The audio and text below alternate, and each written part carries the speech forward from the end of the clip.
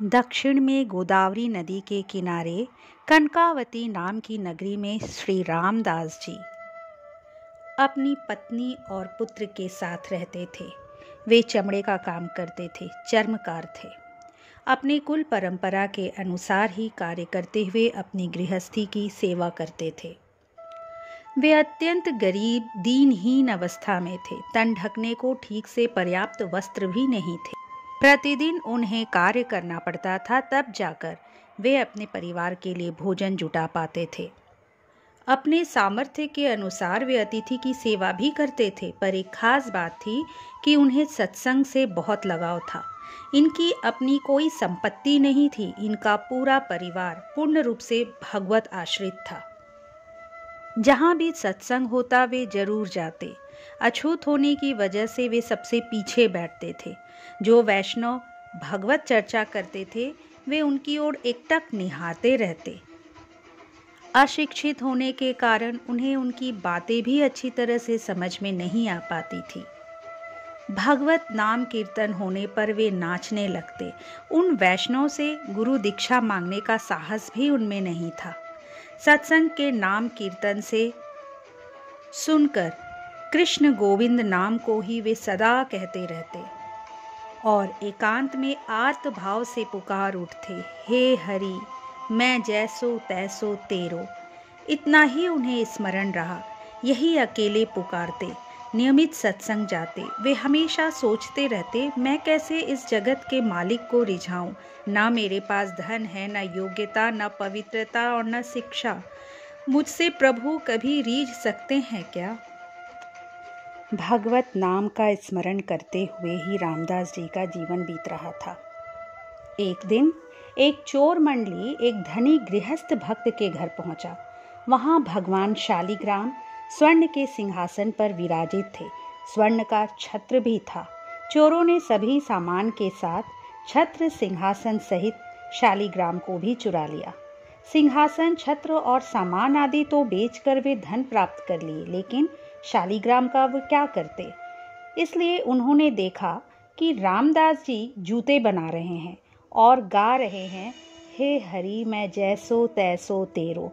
चोरों ने विचार किया कि ये पत्थर इस चर्मकार के जूते के धागे काटने वाले औजार को धार करने में काम आ जाए। चोर ने कहा, मैं तुम्हें ये पत्थर दे सकता हूँ, इससे तुम अपने धागे काटने के औजार को घिसकर धार कर सकते हो, पर तुम इसके बदले मुझे ये जूते दे दो। रामदास जी अत्यंत सरल स्वभाव के थे। उन्होंने उसकी बात मान ली। अब उस पत्थर पर रामदास जी औजार घिसते, हरि को पुकारते रहते और उनके अश्रु शालिग्राम में भी गिरते। कभी कभी वे अपने दोनों पैरों से शालिग्राम को पकड़कर भी औजार। एक दिन एक पंडित वहां अपने पादुका ठीक कराने आए। उनकी नजर शालिग्राम पर पड़ी, जिस पर चक्र का चिन्ह बना हुआ था। वे अचंभित रह गए। उन्होंने कहा, अरे तुम्हारी मत मारी हुई है क्या? तुम ये क्या कर रहे हो? रामदास जी ने कहा, मैं इससे धार बना रहा हूँ। ब्राह्मण समझ गया कि ये मूढ़ आदमी है, इसे क्या कहा जाए। उन्होंने कहा, मुझे ये पत्थर दे दो, मुझे ये बहुत पसंद है, बदले में जो चाहो तो मुझसे ले लो। रामदास जी ने कहा, यदि आपको ये पत्थर पसंद है तो आप ले लीजिए, मुझे कुछ नहीं चाहिए। मैंने इसे रुपए देकर नहीं खरीदा है। ब्राह्मण खुशी खुशी अपने साथ उस दुर्लभ सद्गुणों से युक्त शालिग्राम को अपने घर ले आए। शालिग्राम को दूध गंगा जल से अभिषेक कराकर सिंहासन में विराजित किया। षोडशोपचार मंत्रों से पूजन किया और सोचा कि भगवान वहां से मेरे पास यहाँ आकर अब खुश होंगे। लेकिन पंडित जी के इस पूजन से भगवान असंतुष्ट हो गए। ना जाने कौन से गुण पर दयानिधि रीझ जाते हैं। पंडित जी पूरी पूजा विधि जानते थे, पर हृदय से प्रभु के प्रति वो अपनापन, भक्ति, प्रेम नहीं था। ठाकुर जी ने स्वप्न में एक वैष्णव का रूप धारण करके ब्राह्मण से कहा, तुम मुझे रामदास के पास पहुंचा दो। मुझे तुम्हारा ये षोडशोपचार की पूजा विधि, भोग, सिंहासन से अति प्रिय रामदास की सूखी रोटी और आह भरी पुकार प्यारी है। उसने मुझे अपने प्रेम से खरीद लिया है। ब्राह्मण भी अचंभित था कि भगवान उस रामदास से इतना अधिक प्रेम करते हैं जिसे मैं तुच्छ समझता था। वो भगवान से बोला, प्रभु, वो आपके ऊपर अपना यंत्र घींचता है और अपने पैरों को भी आपके ऊपर रख देता है। प्रभु ने कहा, जब वो आंसू बहाते हुए नाम जपता है, हे हरि, हे कृष्ण, गोविंद, तो मुझे वेद मंत्रों के उच्चारण से भी अधिक सुख मिलता है। जब मुझ पर वो अपना पैर रखता है तो ऐसा लगता है मानो वो आत्मसमर्पण कर रहा हो। प्रभु से भला कौन पार पा सकता है। ब्राह्मण शालिग्राम को सुंदर वस्त्र पर विराजमान करके रामदास जी के पास ले जाते हैं। रास्ते में शालिग्राम भगवान को अपने हृदय से लगाकर चिंतन करने लगे कि जिस रामदास को मैं इतना तुच्छ समझ रहा था, भगवान उसकी भक्ति, उसके प्रेम के वशीभूत होकर मुझ ब्राह्मण के घर से वहाँ जा रहे हैं। धन्य है रामदास की भक्ति। क्या मेरे अंदर भी इतनी श्रद्धा भक्ति आएगी जिस पर मेरे प्रभु रीझ पाएं? मेरे अंदर इतना भाव नहीं है भगवान, आप मुझे वैसा भाव दीजिए प्रभु कि मेरे अंदर भी रामदास जी की तरह भक्ति आ जाए। जब वे रामदास जी के पास पहुँचे तब तक उनका ब्राह्मणत्व का अभिमान खत्म हो चुका था।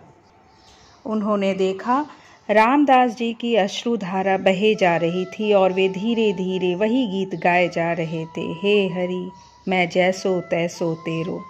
रामदास जी की भक्ति देखकर वे उनके चरणों में गिर गए और बोले, रामदास, मैं तुम्हें पहचान नहीं पाया, तुम इतने बड़े महात्मा हो, तुम्हारे अधीन भगवान है। तब रामदास जी ने अपनी आंखें खोली। तब ब्राह्मण ने कहा, ये शालिग्राम भगवान है, ये साधारण पत्थर नहीं है, त्रिभुवन पति हैं, सारे विश्व के स्वामी हैं। जब मैं इन्हें अपने घर ले जाकर षोडशोपचार विधि से पूजन किया, इनकी सेवा की, फिर भी इन्हें तुम पसंद आए, ये तुम्हारी सरलता पर रीझ गए हैं। मेरे स्वप्न में एक वैष्णव का रूप धारण करके आए और मुझे आदेश दिए कि मुझे रामदास के पास पहुंचा दो।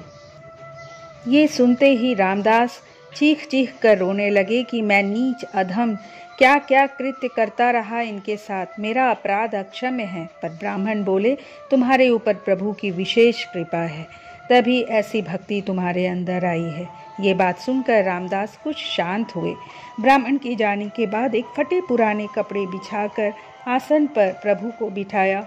रूखा सूखा जो भी होता था वो भोग लगाता था।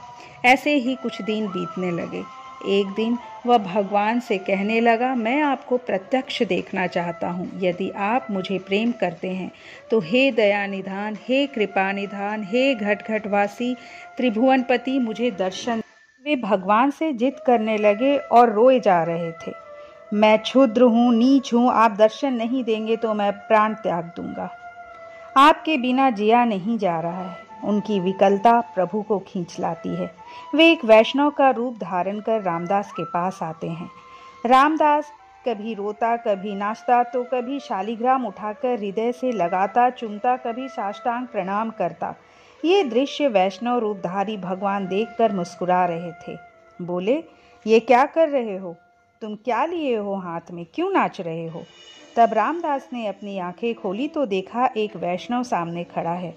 उसने उन्हें दंडवत प्रणाम किया, हाथ जोड़कर बोला, मैं क्षुद्र अपराधी हूँ, मैं क्या जवाब दूँ, अनपढ़ हूँ, अपवित्र हूँ, पर जब से मैं इन्हें पाया हूँ तब से मेरे जीवन में अलग अनुभूति हो रही है। मुझे ना पूजा विधि आती है, ना ज्ञान है, मैं क्या करूँ? मुझसे ये रीझ पाएंगे क्या? क्या ये कभी मुझे दर्शन देंगे? कहते हुए वे फिर रोने लगे। वैष्णव बोले, तुम दर्शनाभिलाषी क्यों बने हुए हो? काम धंधा करो, इतने बड़े बड़े महात्मा को दर्शन तो होते नहीं, तुम क्यों अपना समय यहाँ लगा रहे हो? रामदास उनकी बात सुनकर स्तब्ध हो गए। दुखी होकर आह भरकर बोलने लगे, देव, आप सही बोल रहे हैं, मैं नीच पापी, मैं दर्शन के योग्य नहीं, पर मुझे ऐसा लगता है कि ये दया सागर कृपा निधान मुझे दर्शन जरूर देंगे। जैसा शास्त्रों में वर्णन है वैसा ही दर्शन मैं चाहता हूँ। मेरे स्वामी करुणा सिंधु है, मुझे वे दर्शन देंगे। कहते हुए नाचने लगे, फिर विकल होकर पुकारने लगे। मीठे स्वर में वैष्णव बोले, तुम्हारा जीवन धन्य है, देख मुझे। जब रामदास ने आंखें खोली तो देखा वो वैष्णव नहीं, उनके आराध्य देव थे, जिनके चरण नख से अनंत अनंत कोटि सूर्य के जैसा प्रकाश प्रकाशित हो रहा था। इतना प्रकाश देखना उनकी आंखों के लिए असह्य था, तो रामदास की आंखें बंद हो गई। फिर उसने अपने नेत्र खोले तो देखा मदन मोहन त्रिभंगी अपने होठों पर बंशी धारण किए हुए थे। रामदास आनंद में डूब गया कि अब तक मुझसे भगवान ही बात कर रहे थे। दोस्तों, कौन जाने हमारे प्रभु किस रूप में हमारे सामने आ जाए। हमारे पास वो रोज आते होंगे, पर हम उन्हें पहचान नहीं पाते। जिस दिन प्रभु हमारी विकलता से द्रवित हो जाएंगे, हमें प्रत्यक्ष दर्शन दे देंगे। यदि ये प्रस्तुति आपको अच्छी लगी तो इसे लाइक कर दीजिए। मेरे चैनल को अगर अब तक सब्सक्राइब नहीं किए हैं तो प्लीज़ सब्सक्राइब कर लीजिए। अगली बार एक नए वीडियो के साथ आपसे फिर मिलूंगी। नमस्कार।